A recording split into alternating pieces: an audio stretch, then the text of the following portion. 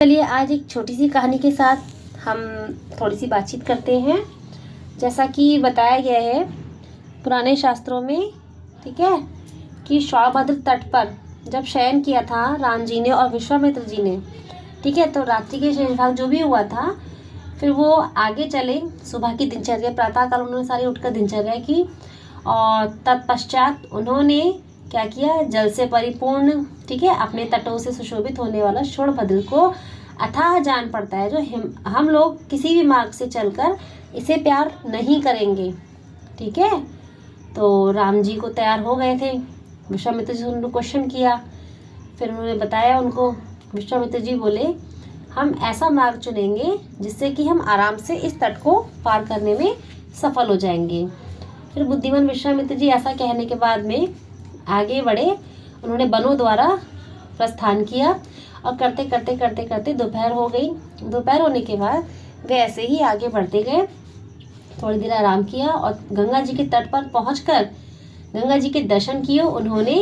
ठीक है, जैसे हंस, सारस, है ना, पुण्य सलिला, भागीरथी का दर्शन करके, वही गंगा जी का दर्शन करके अपने आप को उन्होंने तृप्त किया। श्री रामचंद्र जी बड़े, उनके साथ में वह बड़े समस्त जितने भी मुनि थे सबके साथ उन्होंने उनके दर्शन किए। अच्छा, तो एक चीज़ और आती है, आपको पता है उन्होंने क्या किया? भगवान, मैं सुनना चाहता हूँ कि तीनों मार्ग से प्रवाहित होने वाली नदी, ये गंगा जी जो है, किस प्रकार तीनों लोकों में घूमकर नदों और नदियों के स्वामी समुद्र में जा मिलती हैं। ठीक है, उन्होंने पूछा है, रामचंद्र जी ने विश्वामित्र जी से पूछा है, ठीक है, कि गंगा जी जो है वो तीनों मार्गों से होकर समुद्र में जा कैसे मिलती हैं। तब विश्वामित्र जी उन्हें उत्तर देते हैं और कहते हैं कि राम, मैं तुम्हें इस बारे में बताता हूँ। जिस तरह से उनकी उत्पत्ति हुई थी, वृद्धि की कथा कहना मैं शुरू कर रहा हूँ। तो वो बताते हैं, हिमवान नाम का जो पर्वत है, बहुत ही बड़ा है। वो पर्वतों का राजा माना जाता है। ठीक है, उनका वो खजाना कहलाता है। तो उनकी कितनी बेटियां हुई? 2। हिमवान की कितनी बेटियां हुई? 2, जो जिसमें से एक कौन सी थी? बड़ी ही सुंदर थी, जिनके समान कोई भी नहीं था उनकी तुलना में। तो पहली थी, कौन थी? आप लोग को पता हो तो आप लोग कमेंट बॉक्स में बताएं, नहीं पता तो मैं बता रही हूँ। अच्छा, उनकी पहली कन्या है गंगा जी।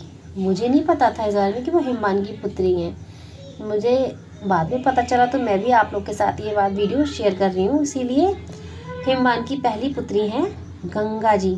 दूसरी कौन सी है? उमा, जो पार्वती माँ के नाम से जानी जाती हैं, जिसे हम सब जानते हैं, बच्चा बच्चा, लेकिन शायद ही कोई जानता होगा कि गंगा जी भी हिमवान की ही बड़ी बेटी हैं।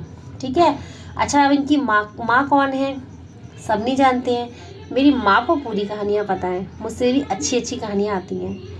तो उसमें उन्होंने कह रखा है, बताते हैं कि जो मनोहारिणी पुत्री मैना हिमवान की प्यारी पत्नी बनी। ठीक है, तो मैना नाम की उनकी जो पत्नी थी, उनसे उत्पन्न हुई 2 पुत्रियाँ।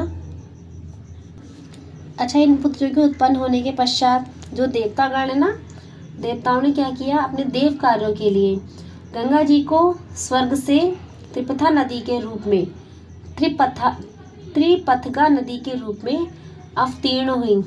ठीक है, और जो दूसरी में है उमा, वो गिरिराज हिमालय से मांगा।